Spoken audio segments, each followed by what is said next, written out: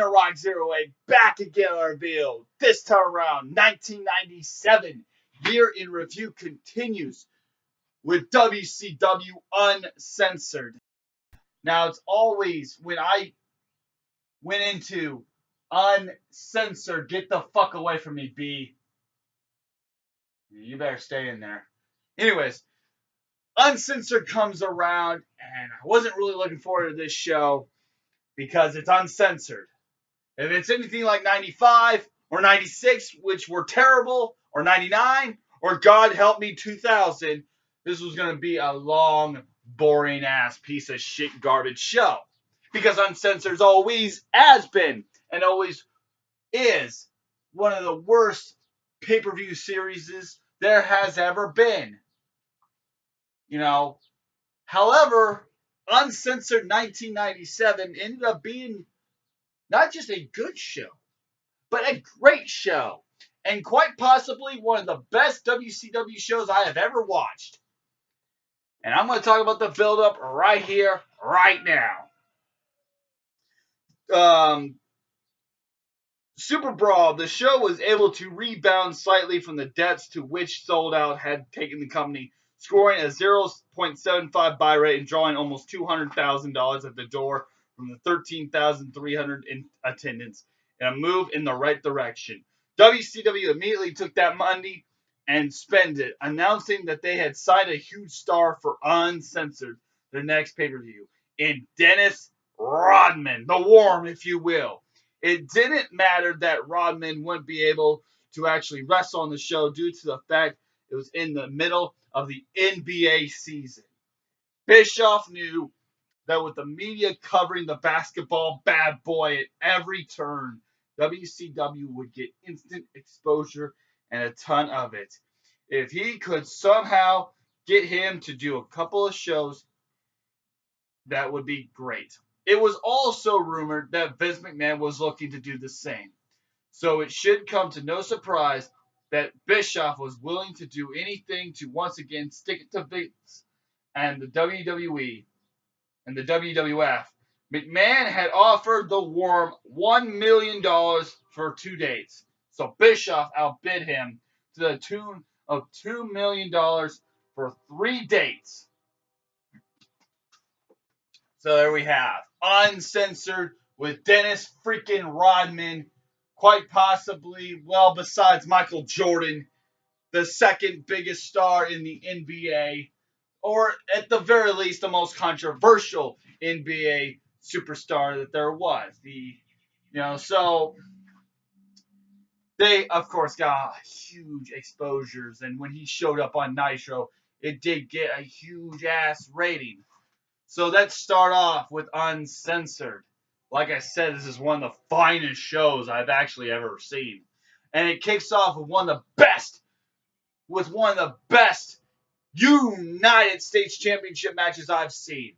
We have Dean Malenko defeating Eddie Guerrero to capture the United States Championship in a barn burner of a match, an 8.5 out of 10. 6 comes down, and he has this camera, and they have another tug-of-war between Eddie and Six for some reason. 3 straight pay-per-views in a row. Eddie and Six has a tug-of-war that's far better than Brock Lesnar and Roman Reigns did. This time around, Dean Malenko smacks Eddie Guerrero with the camera and gets the United States title in a great match. An 8.5 out of 10, one of the finest matches you're going to watch. Next up, we have Ultimo Dragon defeating Psychosis in a good match. A good match. A 7 out of 10. Can't complain. No complaints. Good match. Next up, we have a martial arts match, which, whatever the fuck that's supposed to mean. It just had the moniker of a martial arts match, but honestly, there's nothing special to this match. It's just a normal match between Glacier and Mortis. So you're thinking, wow, so Daniel Rocks, how are you going to shit on this match? I mean, it's Glacier. Probably the absolute worst thing WCW came up with in 1990, right after the NWO stuff. You know, it's Mortis. You have this whole Mortal Kombat bullshit. I mean, you have fucking Brian Clark coming out. You have the Bombers Wrath coming out at the end. How are you going to poop on this match? Actually, I'm not going to, because this is actually a semi-decent match. Yeah. How about that? Glacier and Mortis actually worked themselves way to a decent match. A 5.5 out of 10. But there is a lot of fucking super kicks. More kicks, more roundhouse kicks than Chuck Norris. There's a lot of fucking kicks. A lot of kicks. A lot of kicks. But anyways, this is actually a decent match. Glacier, who was outdated as Vanilla Ice in 1997. Whatever. A 5.5 out of 10. Outdated as Marky Mark. But still a fine match. A 5.5. No real bad complaints. Next up, we have Buff Bagwell defeating American Males. American Males. American Males. American Males. You know, one time on here, I will sing that song. He beat Scotty Riggs again in a leather strap match. And strap matches are one of the worst stipulations ever. I hate strap matches. There's only been, like, I think 3 really good strap matches. Sting versus Vader, Piper versus Greg Valentine, Triple H versus The Rock had a really good strap match at Fully Loaded 99.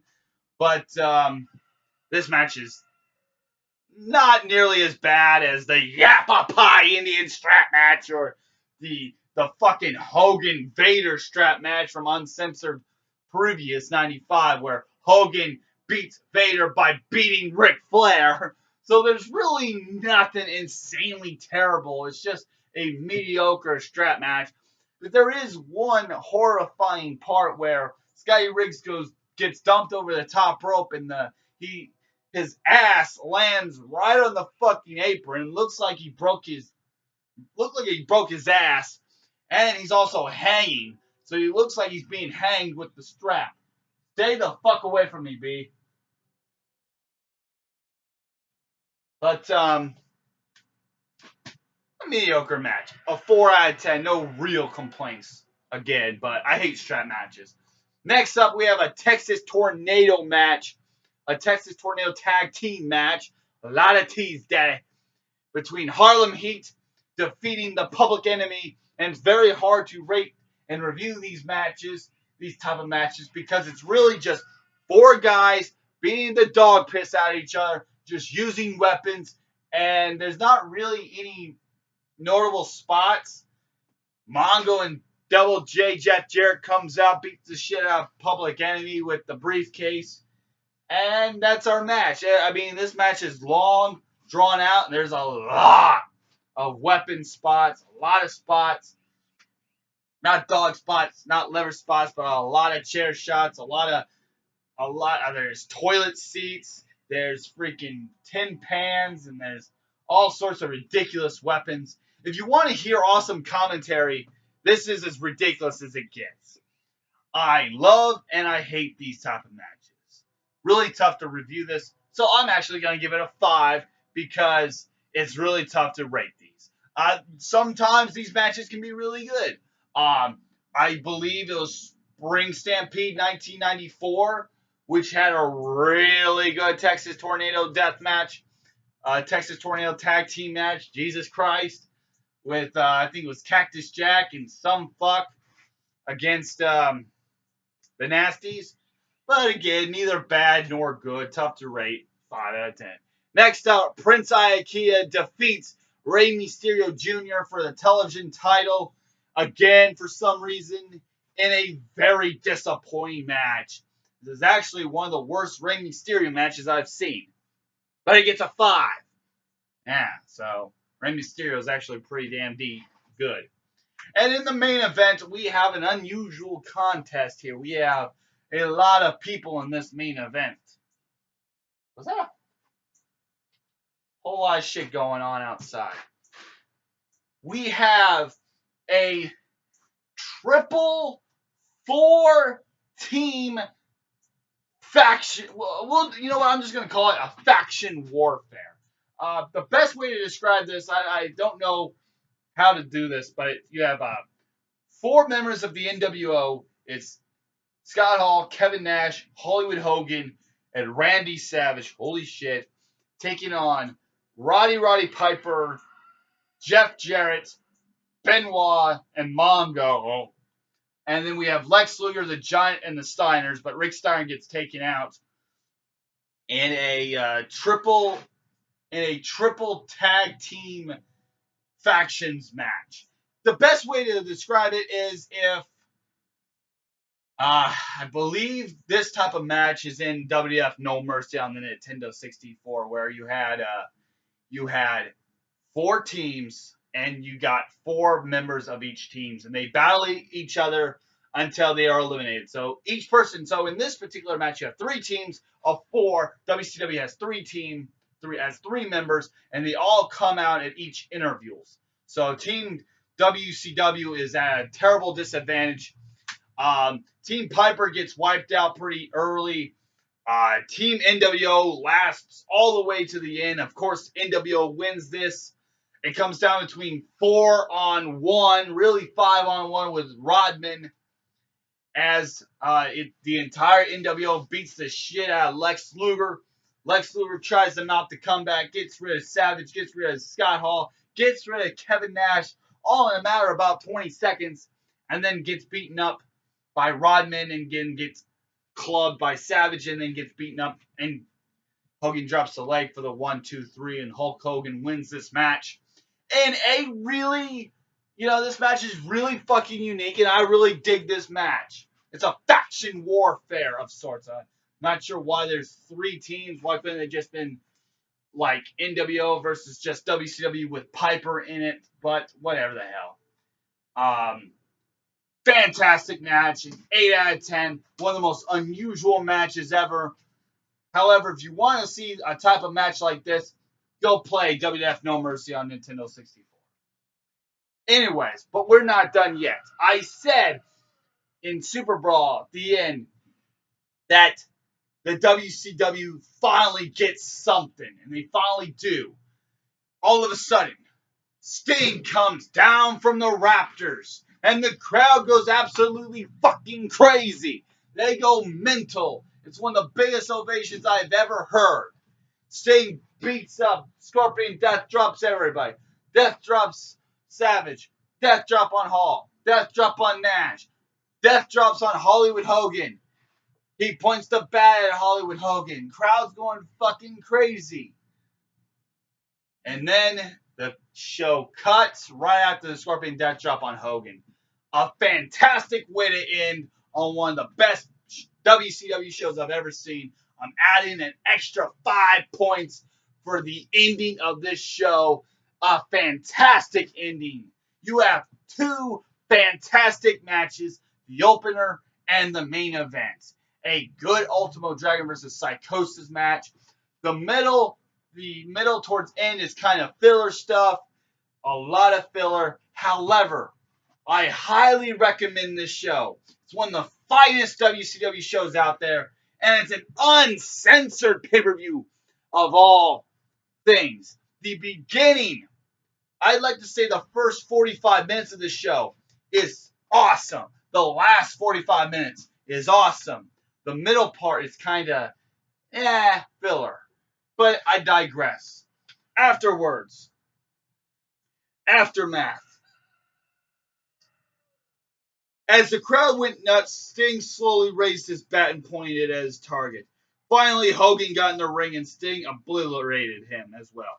It was unquestionably the biggest response any WCW star has gotten since the birth of the NWO, and it seemed impossible to believe that Bischoff could hold on to delivering the match for another 9 months. The buy rate, though, showed that Bischoff was on the right track as it wound up at just under a 0.9, which WCW triumphed far and wide as having beaten that year's WrestleMania, which scored a 0.77. That's right, guys. An uncensored pay-per-view beat a WrestleMania. Boom. You know your company's in the shithouse when Uncensored is beating WrestleMania. That's how dramatic it is. It was apparent that Bischoff could and hold off, as the following pay-per-view Spring Stampede featured neither of the two. So, overall, Uncensored is far and wide a superior show than WrestleMania 13, which wasn't even a sellout. This show gets an unbelievable score of a 6.8 out of 10. It is the highest rated WCW pay-per-view I've reviewed.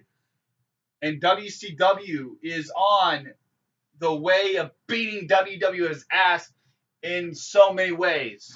Coming up next, I talk about the go-home episode of Raw for WrestleMania 13. For the WCW side of things, I won't catch you until Spring Stampede. But before I get to Spring Stampede, and after the go-home Raw, it's ECW's Barely Legal. Catch ya, see ya, goodbye.